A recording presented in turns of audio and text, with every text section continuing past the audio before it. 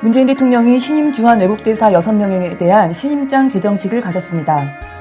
평창 동계올림픽 홍보의 일환으로 시민들을 대통령 전용 열차에 초청했던 문재인 대통령의 평창 홍보 일정이 영상으로 공개되었습니다. 평창올림픽까지 한미 군사훈련 연기를 미국에 제안했다는 문재인 대통령의 발언이 중국의 쌍중단 주장을 수용한 건 아니라는 점을 청와대가 분명히 했습니다. 문재인 대통령을 지지하고 일상 정치를 실천하는 시민들을 정신병자로 몰아가며 폭언을 쏟아낸 일부 언론사와 언론인, 허위 사실까지 유포하고 나선 개인 등에 대해 시민소송인단이 법적 대응을 할 예정입니다. 영국 이코노미스트가 선정하는 2017년 올해의 국가에 한국과 프랑스가 최종 후보로 경합을 벌였습니다. 더불어민주당 싱크탱크인 민주연구원과 대통령 직속 정책기획위원회가 문재인 정부 2017년 국정운영 성과와 과제를 주제로 토론회를 열었습니다. 시청자 여러분 안녕하십니까? 12월 21일 목요일 뉴스 신세계 권순우 송은전입니다. 네. 오늘도 언론에 대한 이야기를 많이 준비할 수밖에 없었습니다. 네, 어제 많이 화나신 분들 많이 계셨을 텐데, 오늘 오전에 조금 의미 있는 여론조사 결과가 하나 나와서 소개를 좀 해드릴게요. 네. 리얼미터에서 조사를 했는데요. 문재인 대통령 방중 관련해서 언론 보도에 대한 국민 인식이 불공정했다. 언론이 불공정했다가 10명 중에 7명인 67.9%로 나타났습니다. 네. 네. 공정했다가 21%네요. 네, 20.9%인데요. 네.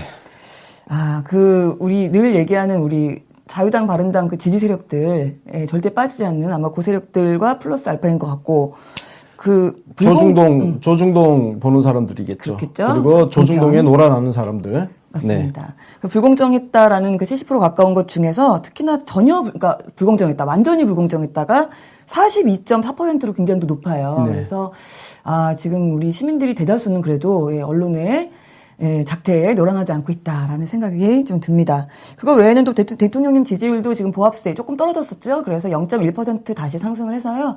보합세로 68.7%를 기록을 했습니다. 네. 그래서 그래도 흔들리지 않고 잘 가고 있다라는 생각이 듭니다. 모든 언론이 나서서 이렇게 없는 사실도 만들어내고 있는 사실도 감추는 이런 언론 보도 환경 속에서도 대통령 지지율이 이 정도를 기록하고 있다는 것은 대단히 놀라운 일입니다. 네, 기적 같은 일입니다. 네.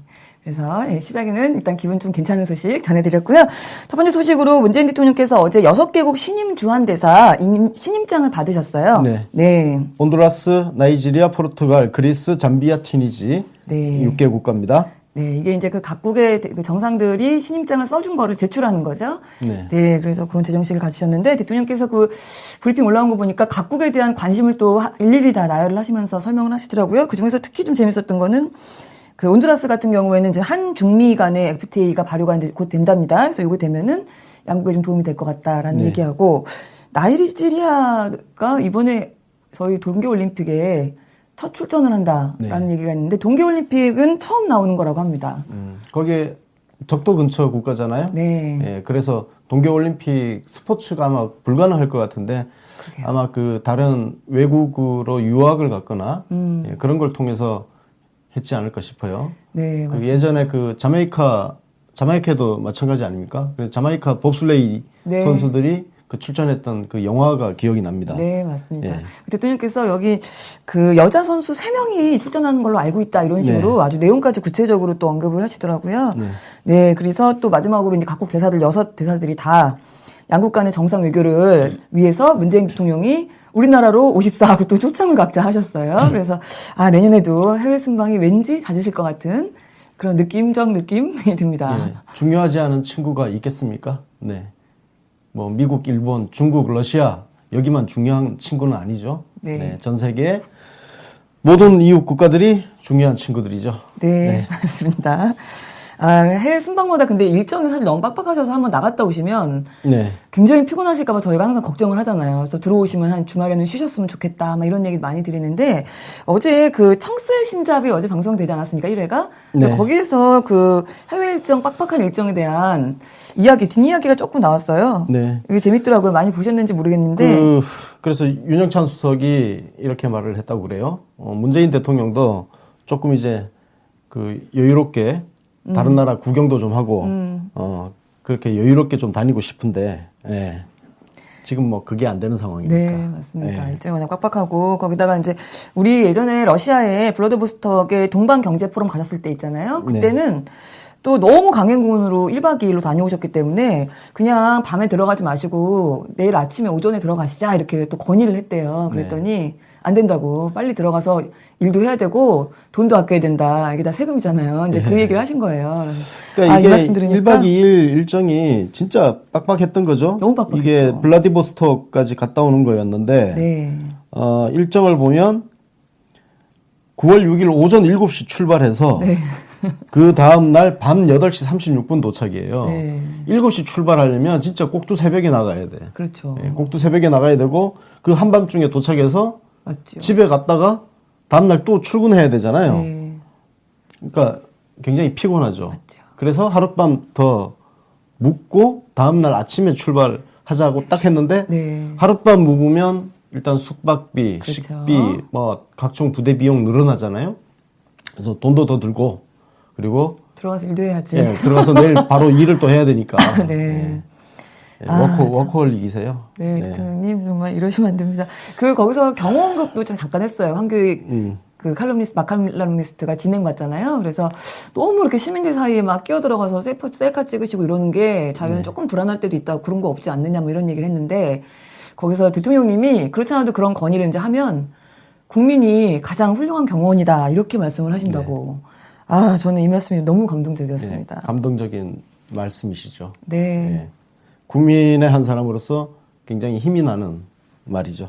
맞습니다. 이 프로그램이 어제 공개된 이후에 또 엉뚱한 소리를 물어뜯는 언론들도 있었어요. 뭐 조선일보 같은 그런 언론들이었는데 뭐 11월 30일 날 녹화를 했대요. 근데 그날 북한 미사일 도발이 있었던 날인데 한가하게 앉아서 뭐 예능 프로나 찍고 있었느냐, 뭐 무슨 내용이 뭐 그따위냐, 네. 신변 잡기밖에 없느냐, 대통령 치적 홍보하느냐, 뭐 이런 물어뜯기. 아이고 그래서 박근혜 한복 타령 그렇게 한 거야? 네, 그렇게. 김윤옥, 이명박 와이프 김윤옥이 미국에다가 한국 식당 만드는 거 그런 거 빨아주고 그런 거야? 그러니까요. 뭐 형광등 100개 아우라 뭐 이런 소리 하고 있더니 참. 아유, 하여튼 네, 언론 얘기를 또 잠깐 했습니다. 다음 소식 가겠습니다. 우리 이제 소통을 잘하고 있는 청와대가 영상 재밌는 걸 하나 올렸어요. 우리 입장에서는 굉장히 배 아픈 사건이었던 KTX 대통령 전용 열차를 타고 이민식에 받았던 그 시민들 만났던 날 있잖아요. 그날 하루 종일 있으셨던 평창 홍보 일정을 정리를 해갖고 영상으로 올렸습니다. 그거를 같이 한번 보겠습니다. 네. 네. 아유, 우리 대통령님 일일이 저거 다 영상 인사까지 찍어주시고. 네. 아, 정말 보면서도 또 입이 찢어지는 웃음 나는 영상이었습니다. 저 영상 중에서 MBC 인터뷰를 진행하시는 장면 잠깐 또 같이 보셨는데 이 대통령 발언에 대해서는 저희가 어제 간단하게 중요한 내용을 좀 소개를 해드렸죠. 근데 그 중에서 이제 특히 좀 문제가 됐던 발언을 다시 한번 좀 전해드리자면 MBC에서 질문이 이제 대통령님께서 평창올림픽이 다가오면서 한미연합훈련의 빈도에 있어서의 조정 필요성이 있다고 보십니까? 이런 질문을 했어요. 근데 이게 이제 즉흥적인 질문이었다고 합니다. 이전에 사전 조율이 안 돼 있었던 그거에 대해서 대통령님이 답변을 하셨죠. 네. 그래서 일단 북한이 그 올림픽 기간까지 도발을 하지 않는다면 평창 동계올림픽이 안전하게 개최되는데 도움이 될 것이다. 그리고 그렇게 되면 미국과 북한 그리고 한국과 북한 이런 관계 개선에도 도움이 될 것이다. 그래서 한미연합훈련이 올림픽 기간과 겹쳐져 있는데, 그래서, 연기하는 문제를 검토할 수 있다. 그래서 이미 미국 측에 그런 제안을 했고, 미국 측에서도 지금 검토하고 있다. 이것은 북한에게 달려있는 문제다. 이렇게 답변하셨어요? 네. 네. 일단, 지금 대통령님 말씀이기 때문에, 제안을 한 거는 사실인 거죠. 네. 그렇죠. 제안을 했고 미국에서도 검토 중이고 확정은 안 됐고 결론 난 것은 아직 없는 상태. 네. 근데 북한이 까불면 안 되는 얘기고 이제 그 얘기를 한 건데 그 내용을 보면 북한 태도에 달려 있다. 그런 거죠. 이게 무조건 연기되는 게 아니고 북한이 만약에 허튼 짓을 하게 되면 당연히 예정대로 그냥 훈련하는 거고. 그 얘기죠. 근데 이 해당 발언에 관련해서 사실 이제 외국 기사가 어제 많이 좀 나왔어요. 대표적으로 조선일보 같은 경우. 네. 조선일보가 틸러슨이 이 내용을 모른다. 틸러슨은 연기 계획을 모른다. 네. 글쎄, 이게 지금 모른다는 말은 뉘앙스가 좀 다르죠. 그러니까요. 어떤 뉘앙스냐면은 지금 우리가 제안을 했는데 제안받은 사실도 없다 이렇게 해석이 될 수 있는 그렇죠. 네, 저 표현입니다. 모른다는. 네, 맞습니다. 근데 지금 제안을 했기 때문에 모를 수가 있겠습니까? 받아놓고 검토를 하고 있겠죠. 네, 검토할 가능성이 많고 저거는 사실 원문을 좀 봐야 될 것 같습니다. 틸러슨 발언의 정확한 원문이 뭔지를 봐야 그 뉘앙스가 어떤 것인지를 정확하게 알 수 있을 것 같고요. 네, 맞습니다. 뭐 일부 일각에서는 지금 청와대하고 백악관 쪽에서만 이야기가 주고받고 있는 내용이다라고 그 보도가 있기도 했어요. 근데 어쨌든 대통령께서는 제안을 했다라고 이미 확정을 지어서 말씀을 하신 상태고 틸러슨 장관은 뭐 이유는 뭔지 모르겠지만 일단 모른다고 답변을 했단 말이죠. 이 조선일보 말에 의하면. 그렇다고 하면 이거는 당연히 우리 대통령 말을 믿어야 되는데 마치 뭐 제안을 안 했거나 혹은 대통령 혼자서 그렇게 생각하고 있거나 뭐 이런 식의 또 논조를 써서 자, 이거는 이렇게 네. 볼 수 있습니다. 틸러슨 여러 가지 가능성이 있어요. 백악관에 지금 있는데 이게 틸러슨까지 안 내려갔을 가능성이 하나 있고요. 네. 그 다음에 틸러슨도 이 한국 측의 제안을 받은 사실 자체는 알고 있지만 여기에 대해서 어떤 결정을 내리지 않았기 때문에 답변을 회피한 상황일 수도 있고 또 하나는 전략적으로 이것도 하나의 카드이기 때문에 그러니까 북한한테 미리 우호적인 사인을 줄 필요는 없다. 그러니까 이 시점을 조절하기 위해서 지금 당장의 시점에서는 북한한테 그 뭐 한미 연합훈련이 연기가 될 가능성 자체를 이렇게 내비치는 그 멘트를 의도적으로 하지 않았을 가능성 등 여러 가지 그렇죠. 추론을 할 수 있습니다. 그래서 이거는 지금 어찌됐든 조선일보 보도는 틸러슨이 당장 어떤 입장을 명확하게 밝히지 않았다는 그것 하나만 가지고 네. 마치 이게 청와대 혼자만의 생각인 것처럼 네, 한미 관계에 예, 균열이 있다. 또 그렇게 나오더라고요. 결론이. 예, 지금 그렇게 지금 예. 하여튼 이런 이야기인데 그래서 저녁 때는 또 이거랑 다른 보도들이 나오기도 했어요. SBS, JTBC도 있었고 그리고 또 어디였나요? 네. KBS.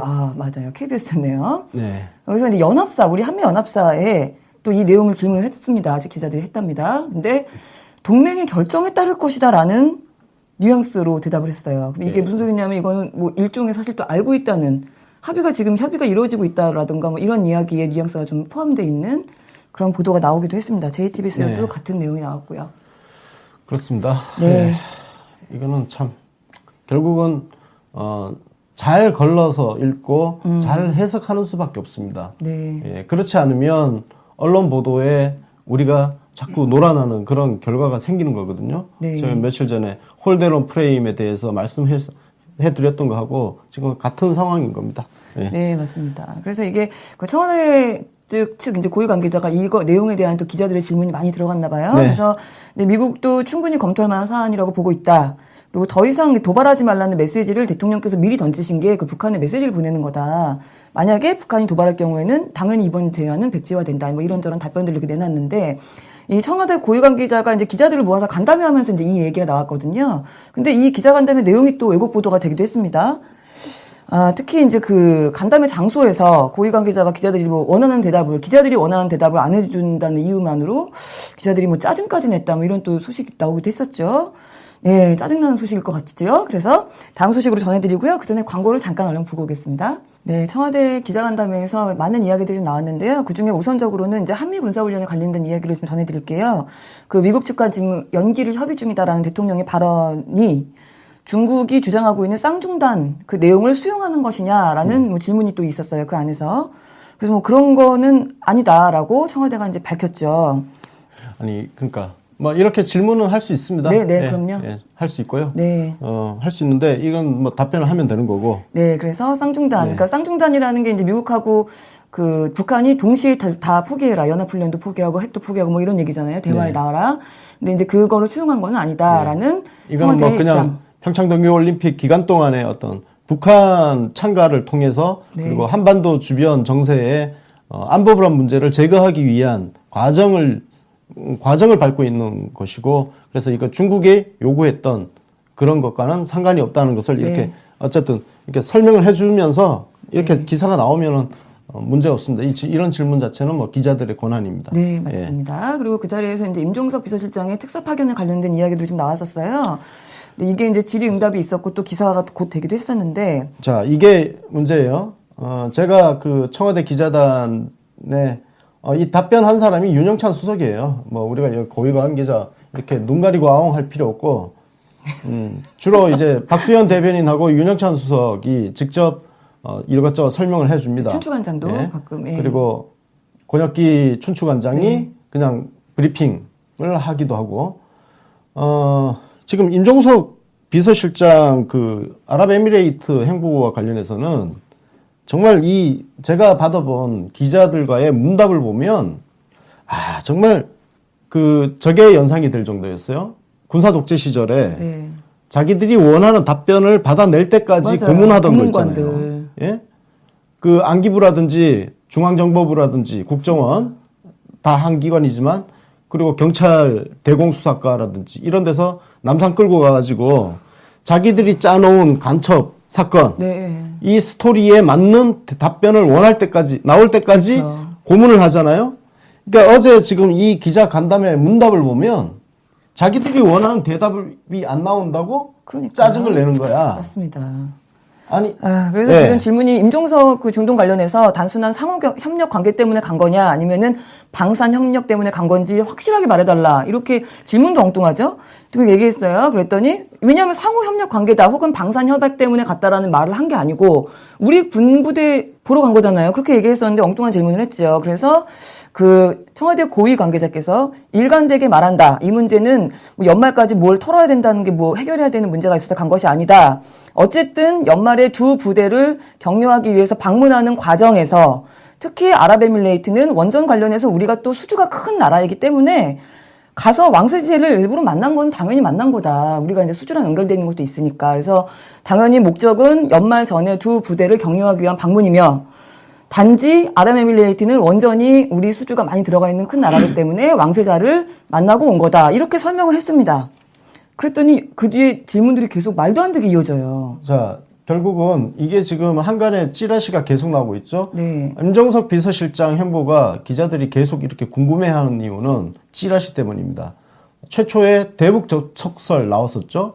그 다음에 MBC가 보도했듯이 이명박 비리 캐러 갔다. 이 이야기도 나왔고, 제가 오늘 받은 찌라시를 보면 아랍에미레이트 원전 공사가 수개월째 공사가 중단되었다. 그리고 중간 공사비 지급이 중단됐다. 뭐 이런 이야기까지 나오고 있어요. 그러니까 찌라시가 계속 나오고 있고, 이거 관련해서 내용이 되게 많아요. 그러니까 기자들은 이런 내용을 듣고 싶다 이건데, 문제는 정부에서 공식적으로 계속 답변을 해줬잖아요. 그러니까요. 군부대 방문하러 간다고. 그래서 그렇게 답변했으면 됐지. 자기들이 원하는 그 답이 나오지 않는다고 명확하게 해달라? 뭘 어떻게 더 명확하게 해줘. 헤매는 거는 지들이 찌라시 때문에 스스로 헤매고 있으면서 청와대 입장은 일관되잖아요, 계속. 그러니까요. 그래서 지금 이 답변을 듣고 바로 이어진 질문이 뭐였냐면, 그러면 그러한 이야기들이 왜 나왔는가? 이거를 물어보고 있어요. 청와대 고위 관계자에게. 왜 나왔냐고, 아니 그 찌라시가 왜 나왔냐고, 그걸 왜 청와대에서 따집니까? 그러니까 청와대에서 찌라시 만드냐? 그러니까요. 이해가 안 가는, 이거. 찌라시 가지고 물어보는 것 자체가 문제 있는 거예요, 이거는. 그러면 언론사가 갖고 있는 막강한 취재력을 갖고 한번 직접 해보던가. 그냥 청와대한테 왜 찌라시 이렇게 계속 나오고 있는데 여기에 대해서 명확하게 정리해달라. 정리를 해줬잖아. 해줬는데 계속 같은 질문 반복하고 있는 거예요. 이게 무슨. 정말 심각합니다. 아니, 궁금하면 직접 취재하라고. 어쨌든 MBC는 자기들이 취재를 했잖아요. 그게 정정보도 청구 아직 안 받아들이고 있지만, MBC는 자기들이 취재해가지고 했더니 저거 이명박 비리 캐러 갔다 이렇게 지금 보도를 했잖아요. 그러면 온갖 찌라시가 지금 난무하고 있으니까 이게 궁금하면 언론사 자체적으로 취재를 하라고, 이 사람들아. 그리고 취재한 결과를 가지고 보도를 해. 그리고 그 보도가 잘못돼 있으면 나중에 정정보도 청구를 받든 반론보도 청구를 받든 소송을 당하든 그건 당신들이 할 일이고, 청와대가 뭘 어떻게 더 하라고. 그리고 임종석 비서실장의 동선에 대해서는 그 중동 지역 전문 기자가 써놓은 기사가 있어요. 지금 SNS상에 많이 돌아다니고 있는데, 예를 들어서 임종석 실장이 아랍에미레이트 공항에 도착해가지고 왕세제를 만나고 그 다음 뭐 군부대를 이동하고 하는 그 걸리는 시간, 소요 시간 이런 것 다 감안하면 임종석 비서실장이 완전 강행군을 하고 돌아온 거예요. 그렇다더라고요. 네? 네. 그냥 버스 한 번 타면은 막 4-5시간 타고 이동해야 되고 그런 식으로 움직이고 왔는데 언제 이명박 비리를 켤 것이며 하여튼 그건 당신들이 주장하는 사람이 근거를 가지고 주장을 하라고. 그러니까요. 보도를 통해서. 네. 이상한 얘기죠. 그럼 엉뚱한 주장이 나왔는데 청와대가 아니라고 해명하니까 그러면 이 주장이 왜 나왔느냐 그걸 따지고 거기다가 왕세제라는 집권자를 만나러 가는데 당연히 사전 조율이나 이런 거 했을 텐데 왜 갑자기 그러니까 언론에 우리한테 미리 얘기 안 해주고 왜 갑자기 짠하고 갔느냐 또 이걸 따져요. 그래서 그게 어차피 깜짝 선물로 지금 그 군부대를 가는 걸로 얘기가 됐었기 때문에 그렇게 한 거다 이런 또 이야기가 있었어요. 그랬더니 계속 이렇게 물어보니까 나중에 그 MB 정부 때는 어쨌든 그 완전히 수주가 됐잖아요. 그래서 관계가 좀 좋았었다가 박근혜 정부 들어와서 계속 관리를 안 해줘가지고 아랍에미레이트랑 우리나라랑 사이가 조금 소원해졌다고 들었다.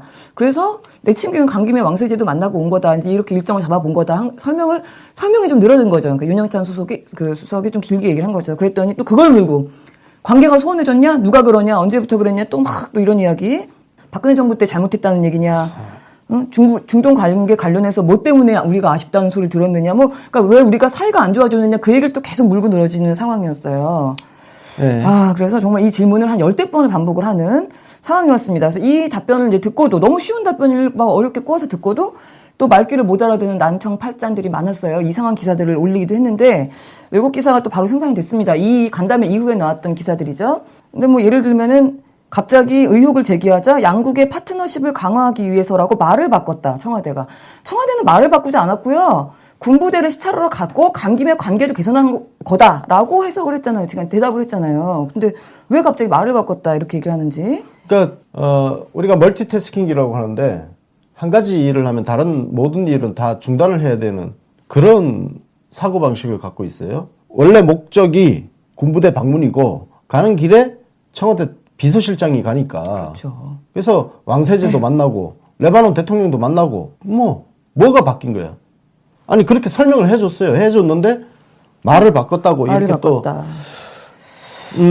그런 얘기도 했고 하여튼 계속 꼬투리 하나가 또 잡힌 것도 있더라고요. 보니까 계속 이제 질문 얘기, 원전 이야기 왜 안 나왔느냐. 왕세제랑 면담을 하면서 그 자리에서 원전 얘기 분명히 하지 않았느냐 막 이런 얘기를 했더니 이 고위 관계자께서 원전 이야기 했겠죠 이렇게 대답을 한 거예요. 그래놓고 분명히 그게 또 했다고 또 기사가 나갈 거 아니에요? 아차 싶어서 바로 문자를 보낸 거죠. 지금 임종석 비서실장이랑 다시 확인을 했는데 했겠죠라고 얘기하는 거는 사실이 아니다. 내가 그냥 그렇게 튀어나간 거고 임 실장한테 재차 확인했던데 아무 발언이 아예 원자도 나오지 않았다. 이렇게 또 문자 메시지를 쭉 돌렸어요. 그랬더니 그거를 지금 아까 저 기사에다 써서 이런 메시지를 보내면서 또 뭔가 의혹을 만들었다. 이런 식이죠, 이제. 하여튼 심각합니다. 근데 이게 사실 지금 그래서 우리 시민들이 오죽 답답하면 아랍에미리트 현지 언론들이 지금 이 문제에 대해서 임종석 실장의 방문에 대해서 어떻게 쓰고 있나 그거를 다 해서 검색을 해서 보고 있어요. 그래서 이제 막 구글로 번역기를 저렇게 돌려서 보는 거죠. 네. 내용은 대충 파악할 수 있으니까. 근데 그냥 내용들이 아랍에미리트와 대한민국 간의 우호적인 관계와 협력, 양국의 이익을 발전시키는 수단을 논의했다. 이런 이야기. 한국 대통령과 친선 사절들에게 희망을 전했습니다. 우리 왕세제님께서. 이런 이야기예요. 그리고 아랍에미리트 그 외무부 홈페이지에도 이 내용이 또 다 언급이 되어 있습니다. 다른 그 신문 기사도 있고요. 그 내용은 다 저렇습니다. 네. 똑같은 자, 이런 상황이고요. 네. 그런데 미디어오늘 기사가 굉장히 전 진짜 미디어오늘에 대해서 제가 예전에 애정했던 언론사라 가지고 실망이 이만저만이 아닌데 지금 제목 보면 청와대를 향해서 짜증난다는 말까지 지금 나왔다 그래요? 네. 응? 청와대 기자단 폭발 조짐. 폭발 조짐 짜증난다는 말까지. 그래요. 폭발해. 지금 청와대 기자단이 전체가 한 300명 정도 된다는 거거든요.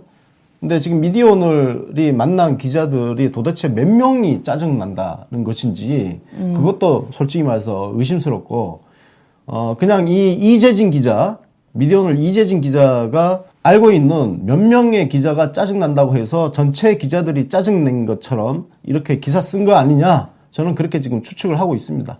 그 300명이 다 그랬을 리는 없을 것 같다는 거거든요. 자, 어찌됐든 이 기사의 가장 큰 문제는 시작부터 있습니다.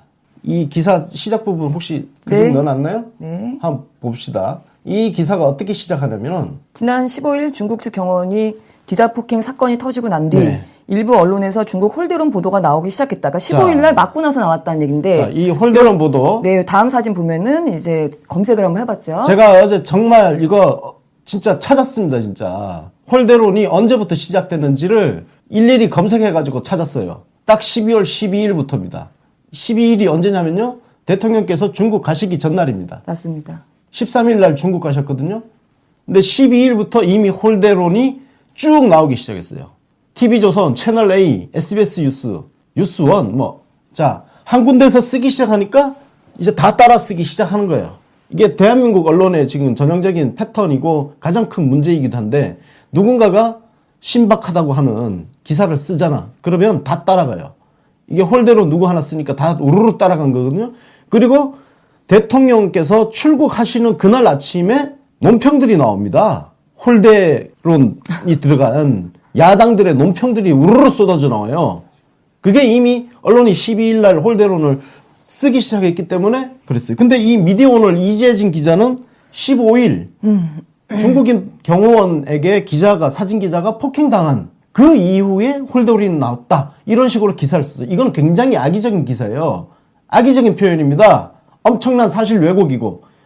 왜 그러냐? 이재진 기자의 이 문장 속에는 뭐가 들어있냐면은 홀대론 제기 시점이 기자들이 얻어맞고 난 이후에 홀대론이 나왔다고 명백하게 맥락이라든지 상황을 왜곡을 시킨 거예요. 흐름이 전혀 다르잖아요, 지금. 이건 굉장히 악의적인 거죠. 그러니까 기자들이 홀대론을 괜히 쓴 게 아니다. 얻어맞고 난 이후에 쓴 거다. 다르잖아요. 대통령이 가시기 전부터 쓴 거하고. 미디어오늘은 미디어 비평지거든요. 저는 개인적으로 미디어오늘을 보면서 여러분들도 비슷한 분들도 많겠지만 옛날에는 신문에서 나왔다, 방송에 나왔다 그러면 그게 사실로 다 인식이 됐었어요. 그랬던 시절에 언론 기사도 사실이 아닐 수 있다는 것을 가르쳐준 언론이 바로 미디어오늘입니다.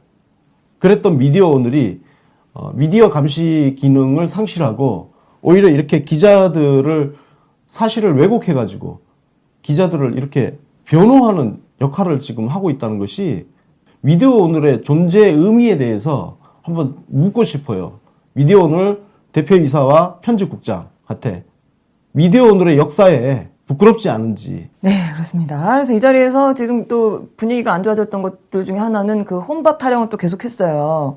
기자들이 계속 그걸 물어본 거죠. 식사 문제에 대해서 왜 9번, 10번 식사 기회가 있었는데 왜 공개한 일정은 하나밖에 없느냐, 계속 이걸 물어보니까 그런 게 아니다. 내용이 중요한 거다. 지금 누구랑 몇 번 밥을 먹느냐가 중요한 게 아니다. 이렇게 얘기를 답변하다가 나중에는 계속 그거 가지고 혼밥 문제를 계속 이렇게 얘기했더니 고위 관계자께서 나 식사 문제에 대해서는 더 이상 답변하지 않겠다라고 좀 딱 잘라서 불쾌한 뉘앙스로 말했다. 이렇게 네. 적혀 있어요.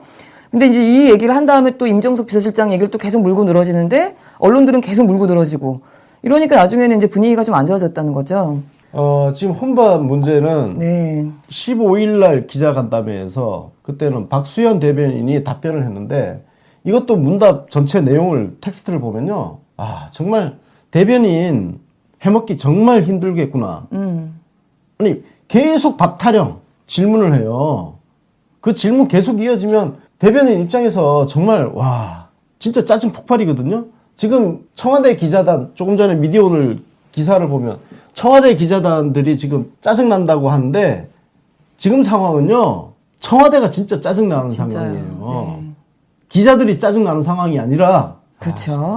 그래서 또 어떤 기자들이 화를 내는 게 당연하다 이런 얘기하는데 강원도로 가는 그 열차 안에서 외신한테는 그렇게 중요한 메시지를 전달을 하고 우리한테는 내놓지 않고 이런 이야기를 하는 거죠. 네. 그래서 우리를 소위 이제 물먹인 거다. 그래서 기자들이 화를 내는 거는 당연하다 이런 이야기도 있고. 근데 이게 사실은 내용이 나왔지만 돌발적으로 질문을, 그러니까 그쪽에서 미리 우리가 협의가 안 된 질문을 그렇죠. 돌발 탁 던진 건데 대통령이 그 순간에 전략적으로 이거를 내가 그냥 지금 이 카드를 조금 오픈을 할 것인가 말 것인가 판단을 해서 그걸 대답을 하셨을 거란 말이에요. 네. 대통령이 그럼 그 순간에 그거를 즉흥적으로 딱 판단을 하는 거를 그 순간에도 기자들한테 나 이거 대답해도 되니? 이렇게 물어봐야 되나요? 그러니까. 그건 아니잖아요. 그래서 말해놓고 그 이후에 그걸 또 말을 했다고 언론들한테 또 그 보도자료를 또 냈답니다. 밤늦게 속보로 이제 문자로 보냈겠죠. 그랬더니 그거를 부랴부랴 밤늦게 속보를 내보냈다. 이게 불만이라는 거예요. 어떡하라고. 대통령한테 그 질문이 왔는데 그러면 기자들이랑 상의해야 되겠습니다. 다시 나중에 말씀드려 이렇게 얘기해요? 말도 안 되는 얘기를 계속 하고 있는 상황이고. 네. 아, 그리고 아까 그 짜증난다는 표현을 쓴 거는 지금 보니까 내용이요. 뒤에서 미디어 오늘 기자한테 짜증나 이렇게 얘기한 걸 쓴 게 아니고요. 이걸 여기다 쓴 이유는 대놓고 고위 관계자님께 대놓고 짜증난다고 얘기를 한 거예요. 앞에서. 돌아가는 상황이 짜증납니다. 이렇게 얘기를 한 거예요, 지금. 워딩을 그대로 짰어요. 그래서 그 관계자가 그거에 대해서 대답을 했다. 지금 이렇게 나와 있는 걸 보면 맥락상 이거는 뒤에서 자기네끼리 짜증났다 이렇게 얘기한 게 아니라 앞에다가 면전에 대놓고 얘기했던 상황이죠. 돌아가는 상황이 짜증납니다. 상호 협력 때문에 간 것인지 원전 때문에 간 것인지 방산 협력 때문에 간 것인지 임 실장이 그것도 아니면 올해 안에 꼭 맞춰야 될 양국 간의 문제가 있는 건지 단순 외교인지 종지부를 찍었으면 좋겠습니다. 이렇게 또 질문을 한 거죠. 그랬더니 관계자가 확실하게 보도하지 않은 건 내가 아니라 너네들 언론이야. 그리고 짜증을 낸 거예요, 또 한 번. 왜냐하면 자기한테 짜증납니다라고 먼저 말했으니까 고위 관계자님께서도 짜증이 나셨겠죠. 그래서 이제 분위기가 막 험악해지는 거죠. 아니, 정말 저 극한 직업이에요. 어? 저렇게 말도 안 되는 질문. 저 박근혜 때 고스란히 공손히 두 손 모아서 맞습니다. 고개 조아리고 안아주세요 하던 것들이 지금 와서 어디서 지금 설명을 다 해줬는데도 뭐라는지 아세요? 간담회 끝난다면 기자가 기자들의 질문은 당연한 것이다. 궁금증이 풀리고 있지 않은데 MBC 인터뷰도 국내 언론을 통해서 나와야 될 내용인데 불쾌하다 솔직히. 그러니까 대통령이 말했다고 불쾌하다는 거예요. 니들이 뭔데. 저렇게 곱상하게 그냥 얌전하게 앉아서 있던. 박근혜 때는 왜 그렇게 궁금한 게 없었어? 그러니까요. 그래서 적폐가 저렇게 쌓일 동안 뭐 했어? 어이가 없습니다. 청와대 기자단 해체 운동은 계속 진행이 돼야 되고요. 지금 네.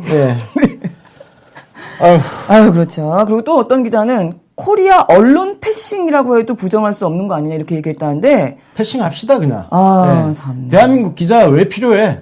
이렇게 많은 기자 지금 필요하지 않아요. 네. 외신들 빨리 외신 계속 지금 말씀드리지만 외신들이 국내 미디어 시장에 적극적으로 진출하면은 장래성이 있습니다. 네. 이 간담회도 사실 국민소통실이나 아니면 춘추관장 측에서 뭔가를 브리핑하려고 한 내용이 없었는데 기자들한테 이제 대통령 발언이 어쨌든 그 열차 안에서 나간 것도 있었고 또 임종석 비서실장에 대해서도 하고 전화가 많이 오고 막 아침부터 막 60통씩 70통씩 전화 받으면서 출근을 한답니다. 그러니까 다들 궁금하니까 그냥 질문할 수 있는 기회를 주려고 일부러 만든 자리였어요. 간담회가. 질문에 대해서 답변을 했는데 그 답변이 틀렸다고 계속 이거는 오답이야. 지금 그러고 있는 거거든요. 기자들이 땡 틀렸어. 땡 내가 원하는 대답을 내놔. 지금 그러고 있던 상황이죠. 근데 이런 것들이 뭐 이쁘다고 또 조국 수석이 간식까지 준비해서 돌렸어요. 아이고, 그래서 저렇게 과일이랑 샌드위치랑 자기 이제 메시지를 저기다 적었는데요. 이런 거 그만 좀 합시다, 진짜. 언제까지 기자 새끼들을 상전처럼 모실 거야? 이런 홍보 좀 하지 맙시다, 진짜. 이러니까, 참. 근데 저거를 파사 현정이라는 이제 단어를 써서 내년에 이제 파사 현정을 위해 정진하겠다, 이렇게 메시지를 썼어요. 근데 그럼 이 메시지가 담고 있는 의미가 크지 않습니까? 왜냐하면 민정수석이 한 말이기 때문에 이게 지금 이거에 대한 분석 기사가 나와야죠. 적폐청산이랑 연결이 돼서 이 기사가 하나도 없었고요. 심지어는 간식을 받았다라는 내용을 다룬 기사도 지금 보셨던 사진 위키트리 손기영 기자가 유일하게 다뤘습니다. 아예 없습니다. 위키트리 손기영 기자가 지난번에 그 대통령 방중 순방에 그냥 완전히 배제된 것에 대해서 문제 제기를 했던 기자죠. 맞습니다. 예, 저는 이걸 지금 그때 문제 제기를 한 것 자체만으로도 손기영 기자를 굉장히 높이 평가합니다. 맞습니다. 왜냐면은 그 기자단 안에도 그야말로 기자단에 들어가 있는 기자들과 포함되지 않은 기자들이 존재해요. 그냥 일반 출입 기자, 그죠? 그리고 기자단도 동일하지 않습니다. 그 안에도 언론사도요, 보면 내부에 서열이 있습니다. 나름대로. 예를 들어서 뭐 조중동 메이저, 조중동 한국일보부터 해서 종합일간지라고 하는 뭐 메이저 언론이 또 있고 메이저 언론만큼은 안 되지만 또 종합일간지라고 의시되는 언론사들이 좀 있습니다. 예를 들어서 뭐 세계일보, 국민일보 등등, 서울신문 등등 이런 부류가 또 있고요. 선고일과 증거는요. 네. 그리고 나면은 옛날에는요 경제신문 같은 경우는 진짜 마이너 취급을 했었어요. 매일경제나 한국경제 같은 경우 지금 신문 부수가 늘어나서 지금 위상이 달라졌지. 과거에 제가 기자 초창기 시절에 90년대 말 뭐 2000년 초 그때만 해도 경제신문도 마이너 취급을 하던 그런 시절이었습니다. 정말 지금 이런 게 아직도 존재하고 있다는 거예요. 이게 기자실이 갖고 있는 폐단인 겁니다. 네. 기자실이 왜 폐단이냐? 여러분들 우리 독서실 같은 거 있죠? 독서실 칸막이. 네. 이게 기자들한테 주어지는데 이걸 갖고 있는 언론사가 기득권자인 거예요.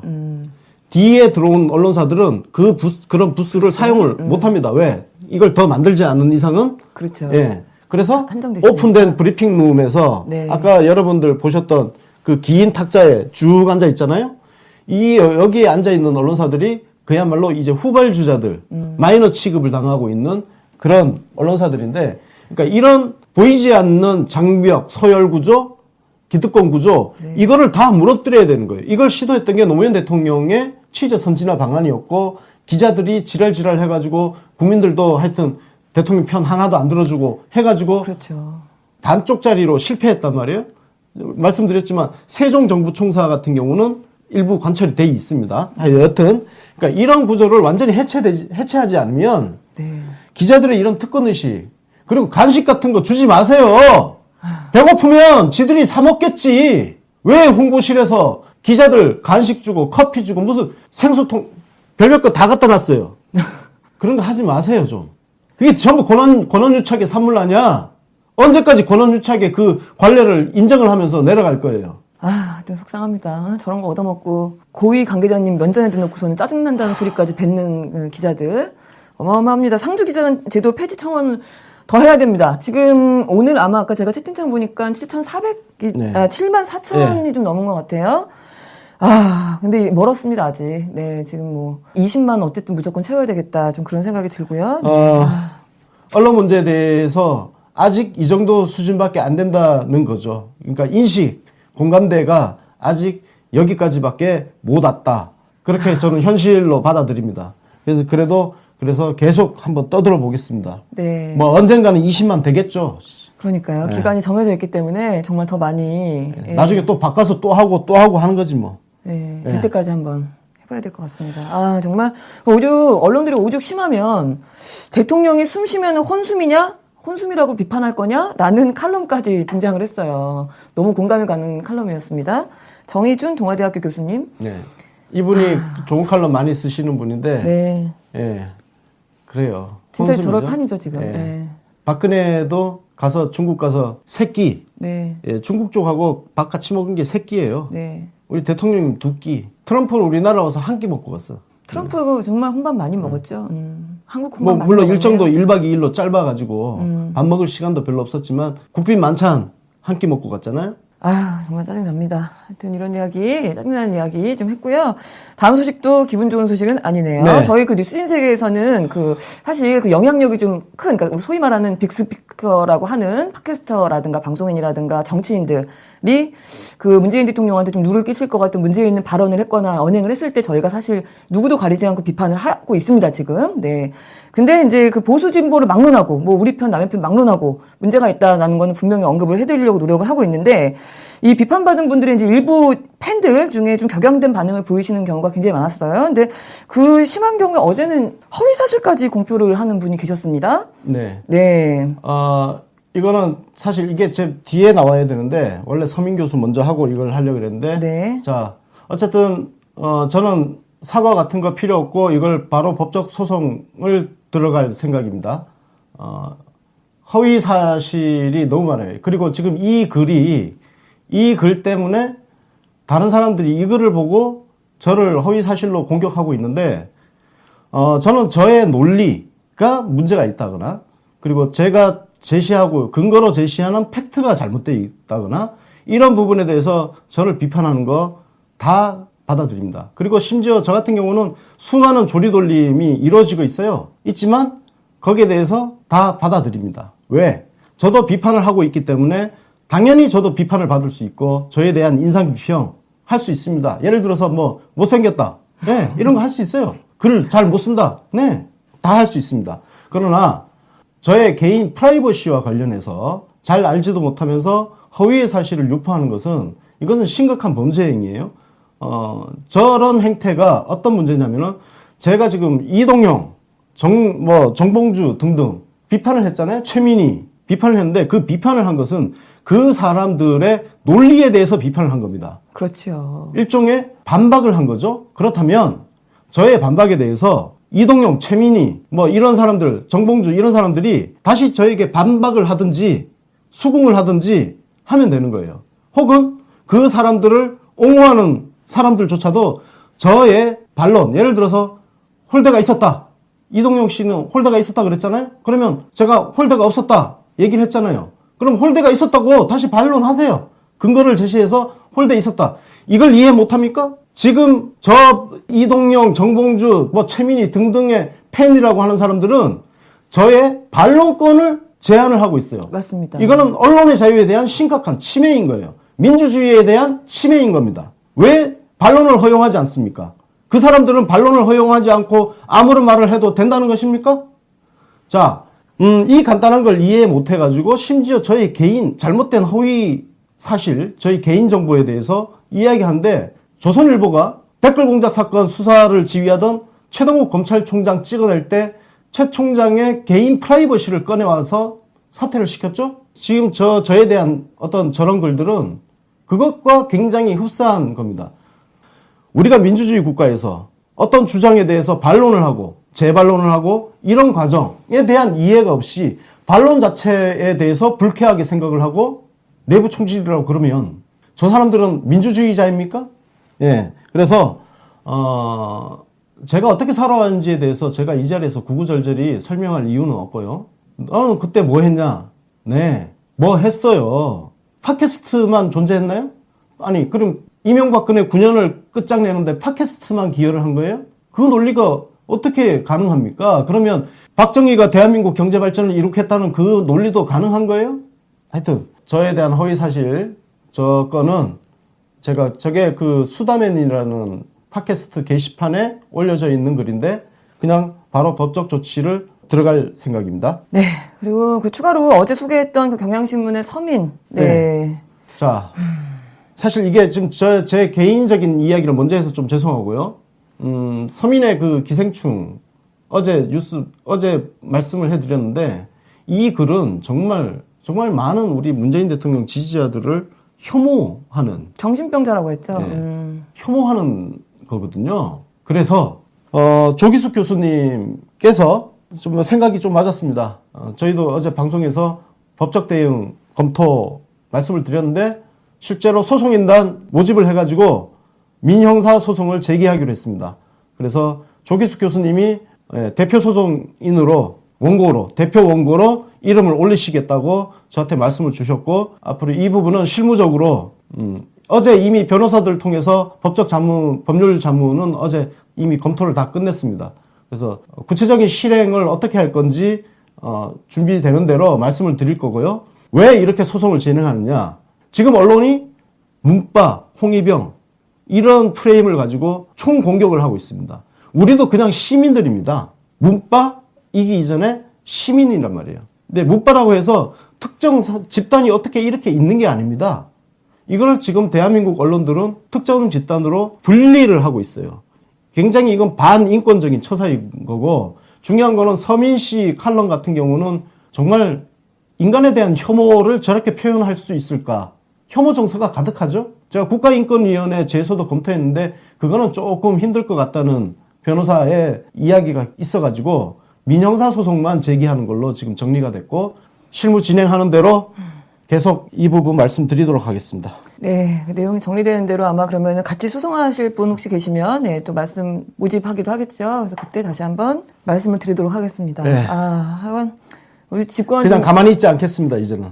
네. 그러니까요. 가만히 있으니까 가만히 있는 줄 아나 봐요. 집권 1년도 안 됐는데 아직 지금 벌써부터 이 난리를 쳐서 참 앞으로 4년을 넘게 이렇게 계속 싸워야 되겠구나라는 생각이 좀 들기도 하고. 아유, 그렇습니다. 그래서 덕분에 그래도 우리 시민들도 연대감이 또 단단해지는 느낌도 봤는데 어제 그 언론들의 그 문바 타령이 너무 심하니까 예은 아빠죠. 유경근 씨가 공감을 하는 또 트윗을 올리기도 하셨는데 네, 문바로 폄훼당하는 이들은 인간 노무현의 유가족들이었다. 예은이를 잃은 나와 노무현을 잃은 그들의 감정은 같았다. 네, 감사드립니다. 네, 너무 마음을 잘 이해해 주시는 들으셨습니다. 네. 아유, 우울한 얘기는 좀 이제 그만하고요. 다음 소식 가겠습니다. 2017년 올해의 국가를 영국 경제주간지 이코노미스트가 매년 이제 선정을 하는데요. 여기에 최종 후보로 한국과 프랑스가 올라갔었다. 경합을 벌였다. 근데 결정적으로는 이제 프랑스가 됐어요. 네, 프랑스가 됐고요. 네. 네, 이 기사가 이제 이번 사례는 올 한 해 한국 사회의 움직임과 성과를 국제사회가 매우 긍정적으로 평가하고 있음을 보여주는 방증이다. 라는 기사 내용입니다. 그래서 기사를 굉장히 잘 뽑은 기사라서 좀 소개를 해드려야 되겠다라는 생각이 들고, 이코노미스트가 이제 한국을 최종 그 경합국으로 선정한 이유가 북한의 미사일 위협을 조용하고 품위 있게 견뎌내면서도 국내 개혁을 성공적으로 수행한 점을 높이 평가한다. 이렇게 밝혔다고 합니다. 네. 네. 네. 너무 열을 냈더니. 올해의 국가라는 게 있었다는 걸 이번에 처음 알았습니다. 네, 그러게 말입니다. 네. 하여튼 그렇습니다. 그래서 한겨레였어요. 광노필 선임 기자였습니다. 근데 초고 등록할 때 경합을 벌였다가 아니라 선정되었다라고 잘못 올렸다가 수정을 했어요. 그건 좀 아쉽긴 했지만 어쨌든 이런 내용을 그냥 소개해 주는 것만으로도 고마운 기분이 들 정도였습니다. 요즘 너무 이제 언론들이 이런 거 안 써주니까 여기서 내용들 중에 문재인 대통령이 박근혜의 뒤를 이어서 문재인 대통령이 안팎의 어려운 사태를 잘 대처해 나갔다고 평가했다. 이런 이야기. 그래서 한마디로 한국은 상시적인 핵재앙 위협 아래 있으면서도 국내 정치를 정화하는 데 큰 걸음을 내딘 한 해였다. 그러니까 문재인 대통령과 우리 한국을 동시에 칭찬해주는 이 내용을 가감 없이 올려주셔서 참 감사드립니다. 네. 그리고 다음 소식 가겠습니다. 더불어민주당 싱크탱크죠. 민주연구원하고 대통령 직속 정책기획위원회가 어제 토론회를 했어요. 네. 네. 문재인 정부 2017년 국정 운영 성과와 과제, 그동안에 어떤 성과를 올렸는지, 그리고 향후 과제가 뭔지를 정리하는 거죠. 네. 이제 연말이니까 이렇게 또 한번 정리하고 가는 거죠. 네, 맞습니다. 우리 추미애 대표가 러시아에서 돌아와서 참석을 했지요. 네, 추 대표가 여기서 인사말을 하면서 좀 또 인상 깊은 이야기를 했습니다. 일단은 지금 우리가 가고 있는 길의 궤적이 잘 가고 있는지, 제대로 가고 있는지 한 번쯤 점검해야 될 때가 왔다. 이런 이야기 하면서 지금 문재인 정부가 걸어가고 있는 길에 국민들이 열렬하게 박수를 쳐주는 이유는 아직 우리가 수확은 못했지만 열심히 땀 흘리고 있는 것에 대한 격려다. 이런 이야기 아주 명확하게 판단하고 계시다라는 생각이 들었습니다. 추미애 대표를 보면 그 시대 흐름의 변화를 정확하게 지금 읽고 있다. 네. 예. 시민의 생각을 잘 이해하고 있다. 이런 정치인이 시민들의 박수를 받을 수밖에 없는 것이죠. 그렇죠. 정치인들의 저질 협잡이라든지 삼국지식 삼류 정치공학에서 벗어나서 역사의 흐름, 도도한 시민 주권 시대로 가고 있는 도도한 물결을 지금 제대로 보고 있다는 거죠. 예. 맞습니다. 거기에 추미애라는 한 정치인이 자신을 거기에 배를 띄어 올려놓은 올렸어요. 네. 완전히 궤도에 올라선 것 같다는 생각이 좀 들 정도인데, 어제 돌아오셔서 최고위원회에도 참석을 하셨었는데 여기서도 또 시원한 한 말씀 하셨습니다. 네. 역시 추 대표, 대통령 망신주기하고 깎아내리고 국격을 떨어뜨리는 거다. 국내 정치 수순을 우습게 하는 거다. 이런 이야기 하면서 부끄럽고 민망한 작태다. 이런 혼밥론, 홀대론에 대한 언론에 대해서 정말 제대로 할 말 하시는 분이 또 추미애 대표입니다. 맞습니다. 그렇죠? 과거에도 그랬죠. 그랬던 경력이 있고 경력이 역시 있죠. 그게 어디 안 가는구나. 안 가죠. 예. 당당한 정치인이 할 수 있는. 맞습니다.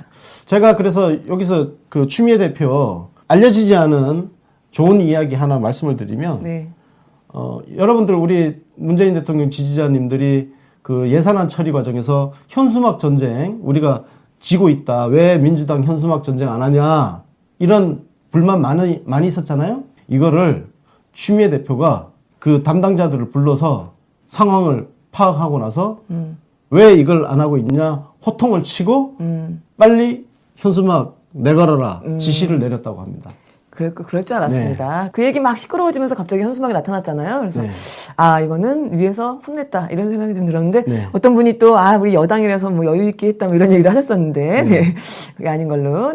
그러고 그러니까 이제 국회의원들은 이제 사실 별 생각 없이 있었을 가능성들이 있어요. 그러니까요. SNS를 열심히 하시는 분들은 그 지지자들 분위기를 좀 파악하고 이석현 의원 같은 경우는 알아서 착착착 하시는 분이잖아요. 근데 대부분 잘 모르고 있었을 텐데, 더군다나 민주당 당직자들 같은 경우는 굉장히 관료 조직화가 되어 있어요. 그러니까 당원들한테 고압적인 자세로 전화 응대하고 그런 욕을 처먹고 있는 거죠. 우리한테. 하여튼 그러다 보니까 일을 제대로 안 해요. 세상이 어떻게 돌아가는지 잘 모르는 조직이야. 그러니까 욕을 쳐먹어야지.